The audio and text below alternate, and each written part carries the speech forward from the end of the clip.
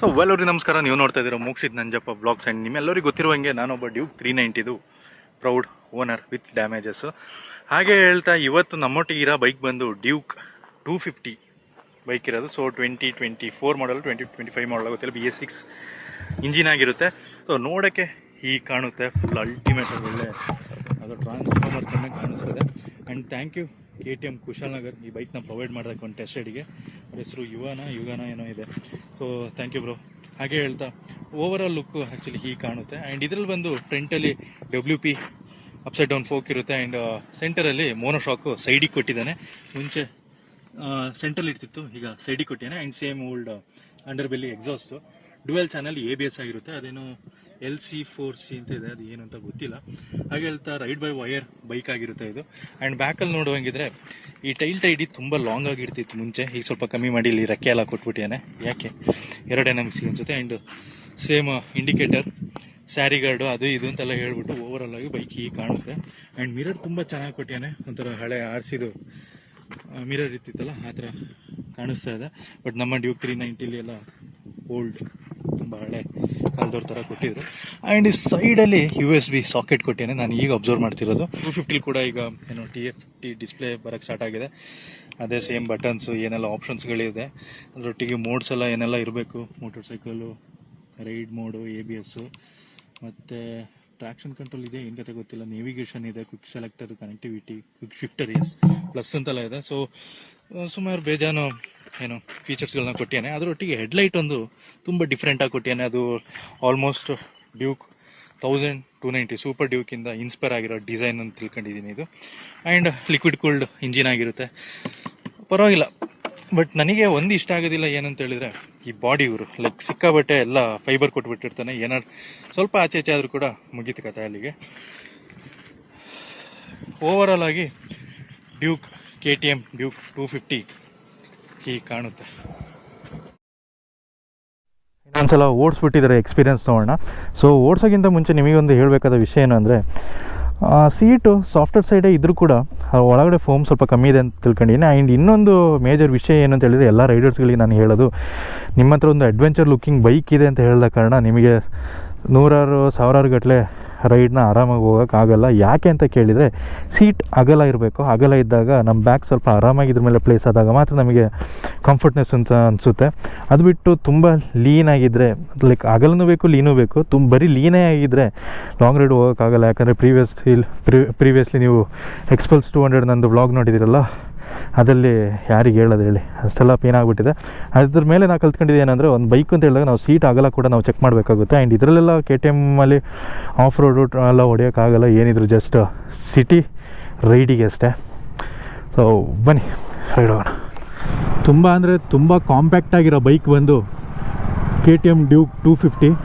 So ಪರ್ಸ್ನಲಾಗಿ ನಾನೊಬ್ಬ Duke 390 owner ಆಗಿದ್ದ ಕಾರಣ KTM ಬಗ್ಗೆ ಒಂದಷ್ಟು ಸ್ವಲ್ಪ ಅಂತ ಕಲ್ತ್ಕೊಂಡಿದ್ದೀನಿ. ಸೊ ಫಸ್ಟ್ ಇಂಪ್ರೆಷನ್ ನನಗೆ ಏನು ಅನ್ನಿಸ್ತು ಅಂದರೆ, ಸಿಟ್ಟಿಂಗ್ ಪೋಸ್ಚರ್ ತುಂಬ ಒಂಥರ ಗ್ರ್ಯಾಂಡಾಗಿ ಕಾಣಿಸ್ತದೆ, ಲಕ್ಸುರಿಯಾಗಿ ಕಾಣಿಸ್ತಿದೆ, ಲೈಕ್ ತುಂಬ ಒಂಥರ ಸ್ಪೋರ್ಟಿವ್ ಆಗಿ ಕಾಣಿಸ್ತಾ ಇದೆ. ನಿಮಗೆ ನೋಡ್ತೀರಿ, ನಿಮಗೂ ಗೊತ್ತಾಯ್ತಾ ಇರುತ್ತೆ. ಸಿಟ್ಟಿಂಗ್ ಪೋಸ್ಚರ್ ಬಗ್ಗೆ ಮಾತಾಡೋಣ. ಲೈಕ್ ಈ TFT ಡಿಸ್ಪ್ಲೇ ಏನಿದೆ ಅದು ಒಂಥರ ಹತ್ತಿರ ಮುಖದಲ್ಲೇ ಇದೆ ಗುರು. ಇನ್ನು ಅದು ಬಿಟ್ಟರೆ ಸೇಮ್ ಇಲ್ಲೆಲ್ಲ ಕನ್ಸೋಲ್ಗಳಾಗಿರಲಿ, ಸ್ವಿಚ್ಗಳಾಗಿರಲಿ ಎಲ್ಲ ಒಂಥರ ಹಳೆದಕ್ಕೆ ಇನ್ನೂ ಸ್ವಲ್ಪ ಕಲರ್ ಬಡ್ದು ಎಕ್ಸ್ಟ್ರಾ ಡಿಸೈನ್ ಕೊಟ್ಬಿಟ್ಟು ರೆಡಿ ಮಾಡ್ಯಾರೆ. ಆ್ಯಂಡ್ ಇನ್ನೊಂದು ಒಳ್ಳೆ ವಿಷಯ ಅಂದರೆ, ಇಲ್ಲಿ ಹಜಾರ್ಡ್ ಸ್ವಿಚ್ ಕೊಟ್ಟಿದ್ದಾನೆ. ನಮ್ಮ 390 ಲೈಕ್ ಆವಾಗಿನ ಮಾಡಲಲ್ಲಿ ಇತ್ತಿಲ್ಲ ಯಾವುದು ಕೂಡ. ಆ್ಯಂಡ್ ಇನ್ನೊಂದು ಏನು ಮಾತಾಡಬೇಕು ಅಂದರೆ, ಫುಟ್ ಪೆಕ್ಸ್ ಒಂಥರ ಸಿಕ್ಕಾಬಟ್ಟೆ ಮೇಲೆ ಇದೆ ಅಂತ ಅನಿಸ್ತದೆ. ತುಂಬ ರ್ಯಾಶ್ ಅಂತ ಹೇಳೋಕ್ಕಾಗಲ್ಲ, ತುಂಬ ಎಗ್ರೆಸಿವ್ ಆಗಿದೆ. ಲೈಕ್ ಮಂಡಿ ತುಂಬ ಬೆಂಡ್ ಆಗಬೇಕಾಗುತ್ತೆ. 90 ಡಿಗ್ರಿ ಪೊಸಿಷನಲ್ಲಿ ಅಂತೂ ಇಟ್ಕೊಳ್ಳೋಕ್ಕೆ ಸಾಧ್ಯನೇ ಇಲ್ಲ. ಬ್ರೇಕ್ ಬಗ್ಗೆ ನಾನು ಆ್ಯಕ್ಚುಲಿ ಮಾತಾಡಲೇಬೇಕು. ಫ್ರಂಟ್ ಟು ಬ್ಯಾಕು ಎರಡು ಕೂಡ ಡ್ಯುವೆಲ್ ಚಾನಲ್ ABS ಆಗಿರುತ್ತೆ, ತುಂಬ ಚೆನ್ನಾಗಿ ಕಂಟ್ರೋಲ್ ಆಗುತ್ತೆ. KTMಗೆ ತುಂಬ ಇಂಪಾರ್ಟೆಂಟಾಗಿ ಬೇಕಾಗಿರೋದು ಸೂಪರ್ ಕ್ರೇಜಿ ಬ್ರೇಕ್ಗಳು. ನೋಡಿ ಇಲ್ಲಿ ವಾವ್, ಕ್ರೇಜಿಯಾಗಿ ನಿಲ್ಲುತ್ತೆ ಬಿಡಿ, ಚೆನ್ನಾಗಿದೆ. ಓವರ್ ಆಲ್ ಆಗಿ ನನ್ನ ಪ್ರಕಾರ ಕಂಪ್ಲೀಟ್ ಬೈಕ್ ಬಗ್ಗೆ ಒಂದು ರೇಟಿಂಗ್ ಹೇಳೋಣ ಅಂದರೆ ಅದು 8 ಕೊಡ್ತೀನಿ ಗುರು. ಲೈಕ್ ಅದನ್ನು ಬಿಟ್ಟರೆ ವೈಬ್ರೇಷನ್ ಬಗ್ಗೆ ಕೇಳ್ತೀರಂದರೆ ಸ್ವಲ್ಪ ಲೈಟ್ ಟ್ರೆಂಬಲಿಂಗ್ ಇದೆ, ಅಥವಾ ಸಣ್ಣ ಒಂದು ವೈಬ್ರೇಷನ್ ಹ್ಯಾಂಡಲ್ ಬಾರಲ್ಲಿ ಇದೆ. ಆ್ಯಂಡ್ ತುಂಬ ನಾನೊಬ್ಬ KTM ಡ್ಯೂಕ್ ಓನರ್ ಆಗಿದ್ದ ಕಾರಣ ನನಗೆ ಚೆನ್ನಾಗಿ ಗೊತ್ತಿರೋ ಒಂದು ವಿಷಯ ಏನು ಅಂದರೆ, ಬೈಕ್ ಎಷ್ಟೇ ಮಾಡ್ಯುಲರ್ ಆಗಿರಲಿ, ಎಷ್ಟೇ ರೋಬೋಟಿಕ್ ಆಗಿ ಕಾಣಿಸ್ಲಿ, ಈ ಹ್ಯಾಂಡಲ್ ಬಾರಲ್ಲಿ ಒಂದು ವೈಬ್ರೇಷನ್ ಲೈಟ್ ವೈಬ್ರೇಷನ್ ಇದ್ದೇ ಇರುತ್ತೆ. ಬಿಕಾಸ್ ಇದು ಸಿಂಗಲ್ ಸಿಲಿಂಡರ್ ಇಂಜಿನ್ ಆಗಿರುತ್ತಲ್ಲ, ಅದಕ್ಕೋಸ್ಕರ. ಸೊ ಒಂದು 3000-4000 RPM ಆದಮೇಲೆ ಇದ್ರ ಟಾರ್ಕ್ ತುಂಬ ಚೆನ್ನಾಗಿ ರಿಲೀಸ್ ಆಗುತ್ತೆ, ತುಂಬ ಸ್ಮೂತಾಗಿ ರಿಲೀಸ್ ಆಗುತ್ತೆ. ಇನ್ನು ಫ್ಯೂಲ್ ಟ್ಯಾಂಕ್ ಕೆಪಾಸಿಟಿ ಬಂದು 13.5 ಲೀಟರ್ ಇರುತ್ತೆ. ಸೊ ಮೈಲೇಜ್ ಬಂದು 35 ಹೈವೇಲಿರುತ್ತೆ ಆ್ಯಂಡ್ 25 to 30 ಸಿಟಿಲಿರುತ್ತೆ. ನಮ್ಮ ಹುಡುಗನ ಗ್ಯಾರೇಜು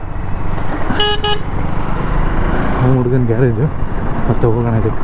ಸೊ ಇದೆಲ್ಲ ನೋಡೋಕ್ಕೆ ತುಂಬ ಪ್ರೈಮ್ ಆಗಿ ಕಾಣಿಸ್ತದೆ, ಲೈಕ್ ತುಂಬ ಪ್ರೀಮಿಯಮ್ ಆಗಿ ಫೀಲ್ ಆಯ್ತದೆ. ಸಸ್ಪೆನ್ಷನ್ ದೇವರೇ, ಬ್ಯಾಕು ಬ್ಯಾಂಡ್ ಬಜಾನ ಆಯ್ತದೆ. ಆ್ಯಂಡ್ ತುಂಬ ಒಂಥರ ಫ್ರಂಟಿಗೆ ಅಪ್ರೋಚ್ ಆಗಿರ್ತೀವಿ. ಲೈಕ್ ನಮ್ಮ ಪ್ರೀವಿಯಸ್ ಡ್ಯೂಕ್ 390 ಕಂಪೇರ್ ಮಾಡಿದರೆ ಇದಕ್ಕೂ 250 390 ಕಂಪ್ಯಾರಿಸನ್ ಇಲ್ಲ, ಬಟ್ ಕೈಂಡ್ ಆಫ್. ಆ್ಯಂಡ್ ಇನ್ನು ಇಂಜಿನ್ ಬಗ್ಗೆ ಮಾತಾಡುವಂಗಿದ್ರೆ 30 bhp ಆಗಿರುತ್ತೆ, 28-30 bhp something, and 25 Nm torque ಇರುತ್ತೆ. ಈ ಲಾರಿಯಿಂದ ಹೋಗೋದಂದರೆ ಒಂಥರ ಜೀವ ಕೈಯಲ್ಲಿದ್ದಂಗೆ ಗುರು. ಎಲ್ಲರೂ ಇದೆಲ್ಲ ಓಪನ್ ಹಾಕೊಂಬಿಟ್ರೆ ಕತೆ ಏನು ಬಿಡಿ.